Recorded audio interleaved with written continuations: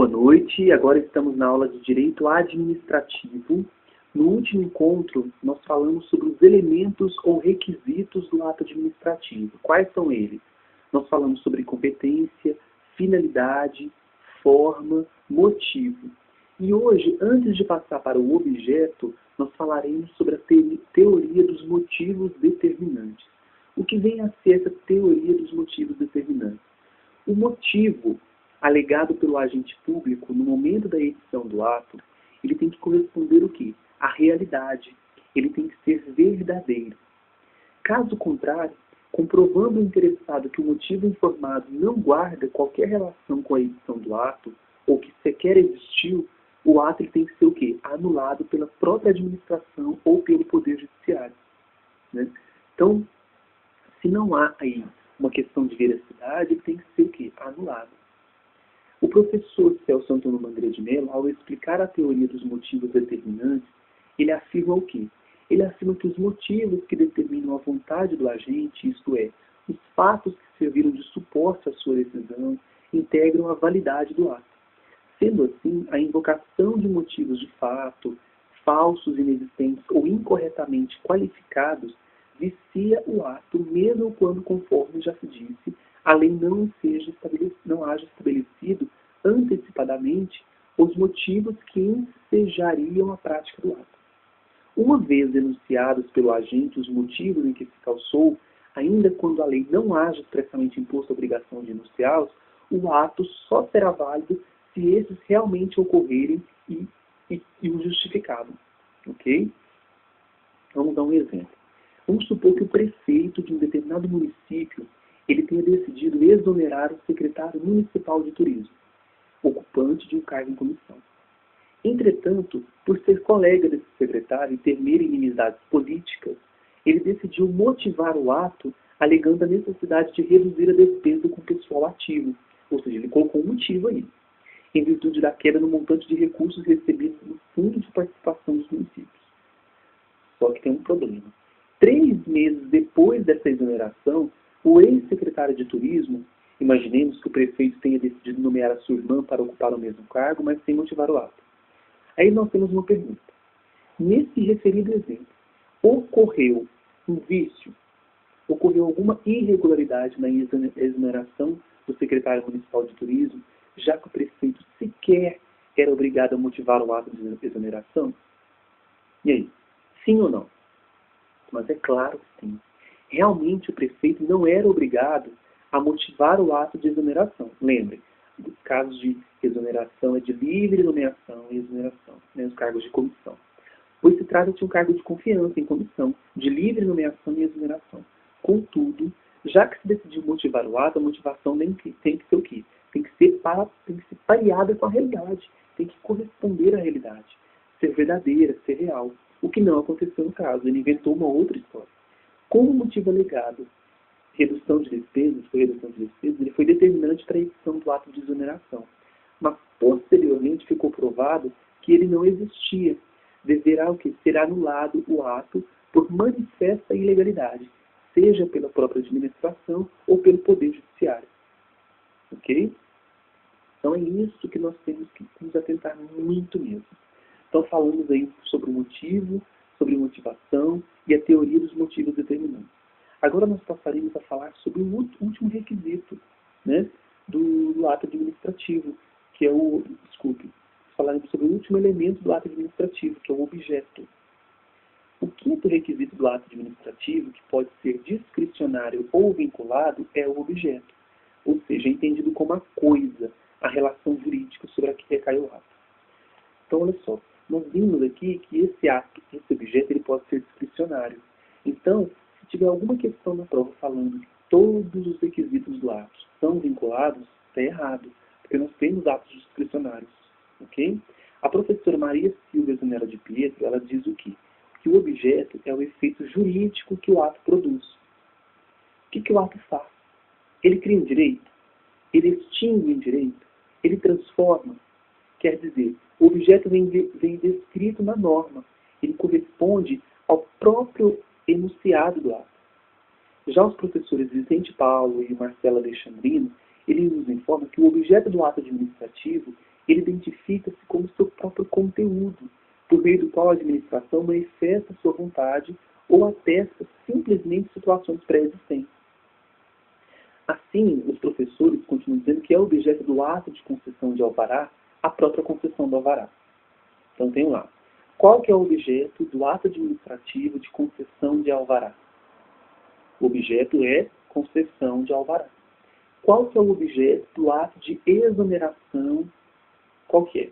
A própria exoneração. Qual que é o objeto do ato de suspensão de um servidor?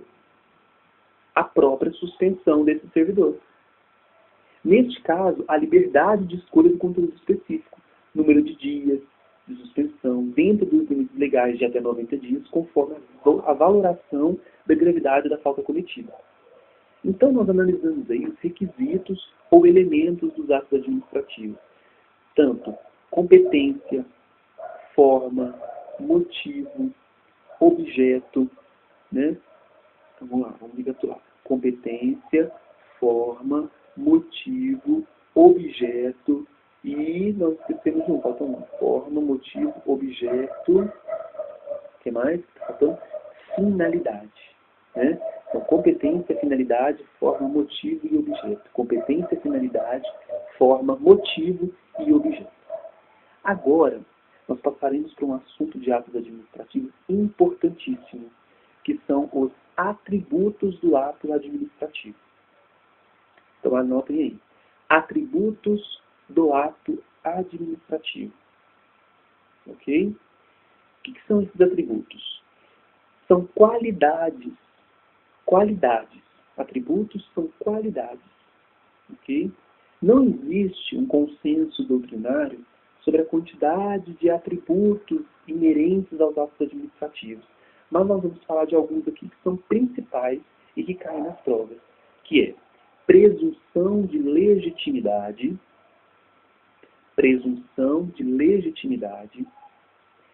imperatividade. Então, presunção de legitimidade, imperatividade, autoexecutoriedade e tipicidade. Repetindo, presunção de legitimidade, imperatividade, autoexecutoriedade e tipicidade. Os 4 principais. Vamos iniciar pela presunção de legitimidade. Ok? Todo e qualquer ato administrativo, ele é presumivelmente legítimo, ou seja, ele considerar-se-á editado em conformidade com o direito, leis e princípios. Essa presunção é consequência do quê? Da confiança depositada no agente público. Então faça uma setinha aí. Presunção de legitimidade. Aí você faz uma setinha. Confiança do agente público. No agente público. Pois se deve partir do pressuposto, gente, de que todos os parâmetros, requisitos legais foram respeitados pelo agente no momento de execução do ato. Ou seja, nós acreditamos nesse agente público. A administração, ela acredita, ela presume que é legítimo esse ato. Essa presunção de legitimidade dos atos administrativos tem o objetivo de evitar que terceiros, em regra particulares, criem obstáculos insensatos ou desprovidos de quaisquer fundamentos que possam inviabilizar o exercício da atividade administrativa. O que é importante a gente atentar? É importante que você saiba que a presunção de legitimidade alcança todos os atos administrativos editados pela administração, independente da espécie ou classificação. Então não é correto a gente afirmar que a presunção de legitimidade dos atos administrativos seja absoluta, pois o terceiro que se sentir prejudicado pode provar a ilegalidade do ato, para que seja obrigado a não cumpri-lo. Né? Na verdade, a presunção de legitimidade ela será sempre juris tantum, ou seja, relativa, pois é assegurado ao interessado recorrer à administração ou mesmo ao Poder Judiciário para que não seja obrigado a submeter-se aos defeitos do ato, que considera ilegítimo ou ilegal. É importante a gente esclarecer que enquanto o Poder Judiciário ou a própria administração não reconhecerem a ilegitimidade do ato administrativo, todos os seus efeitos continuam sendo produzidos normalmente. E o interessado deverá cumpri-lo integralmente. O atributo dessa presunção de legitimidade, pessoal, também tem sido cobrado em muitas provas de concursos, como presunção de legalidade. Tá? Tem alguns autores que eles discordam disso, mas muitas provas fazem uma relação entre presunção de legitimidade e presunção de legalidade. É importante nos atentarmos que a professora Maria Silvia Zanella de Pietro, ela afirmou que além de serem presumivelmente legítimos, os atos administrativos também são presumivelmente verdadeiros. A professora ela informa que a presunção de veracidade assegura que os fatos alegados pela administração são presumivelmente verdadeiros, assim como ocorre em relação às certidões, atestados, declarações, informações por ela fornecidas. Por último, a gente tem que entender, né, que é do particular a obrigação de demonstrar e provar a ilegalidade ou possível violação ao ordenamento jurídico pela edição do ato. Enquanto isso não ocorrer, nós já falamos isso, o ato continua produzindo todos os seus efeitos. Ok? Então isso é a presunção de legitimidade. Nós passaremos agora a falar sobre a imperatividade. Então, passa um traço aí de presunção de legitimidade, falaremos agora sobre imperatividade. O que é imperatividade? A imperatividade é o atributo pelo qual os atos administrativos impõem a terceiros, independente de sua concordância ou aquiescência. Então, gente, o que é uma coisa imperativa? É uma coisa imposta. Né? Então, é imposto ao terceiro isso. Ao contrário de que ocorre na presunção de legitimidade, que não necessita de previsão em lei, já que se presume que seja legítimo, a imperatividade ela exige a expressa autorização legal e não pode ser aplicada a todos os atos administrativos. O professor José dos Santos Carvalho Filho, ele considera os termos coercibilidade e imperatividade expressões sinônimas, né? Ao declarar o quê? Que significa que os atos administrativos são cogentes, obrigando a todos quanto se encontram em seu ciclo de incidência, ainda que o objetivo a se por ele alcançado contrarie interesses privados. Na verdade, o único alvo da administração pública é o interesse público. O atributo da imperatividade, que permite à administração, por exemplo, aplicar multas de trânsito, constituir obrigação tributária, que vincule o particular ao pagamento de imposto de renda e outros. Né? E em virtude da unilateralidade, a administração pública não precisa consultar o particular antes da edição do ato administrativo para solicitar a sua concordância, mesmo que o ato lhe cause prejuízos. Já a doutrina majoritária, ela entende que a imperatividade ela decorre do poder extroverso do Estado, que pode ser definido como o poder que o Estado tem de constituir unilateralmente obrigações para terceiros com extravasamento de seus próprios limites. Esse poder extroverso ele pode ser encontrado, por exemplo, onde? Onde encontramos esse poder extroverso? Cobrança de fiscalização de impostos, exercício do poder da polícia, fiscalização do cumprimento de normas sanitárias, controle do meio ambiente e vários outros. Então, falamos aí sobre presunção de legitimidade e falamos sobre a imperatividade. Vamos passar agora para a autoexecutoriedade. O que é a autoexecutoriedade? Esse atributo ele garante ao poder público a possibilidade de obrigar a terceiros o cumprimento dos atos administrativos editados sem a necessidade de recorrer ao poder judiciário. Esse atributo garante à administração pública a possibilidade de ir além do que simplesmente impor um dever ao particular, consequência da imperatividade, mas também utiliza força direta e material no sentido de garantir que o ato administrativo seja executado. Enquanto é necessário esclarecer que a autoexecutoriedade não está presente em todos os atos administrativos, atos negociais e iniciativos, por exemplo, pois somente ocorrerá em duas hipóteses. Quais são as hipóteses em que ocorrerá a autoexecutoriedade? Vamos lá. Primeiro, quando existir expressa previsão legal.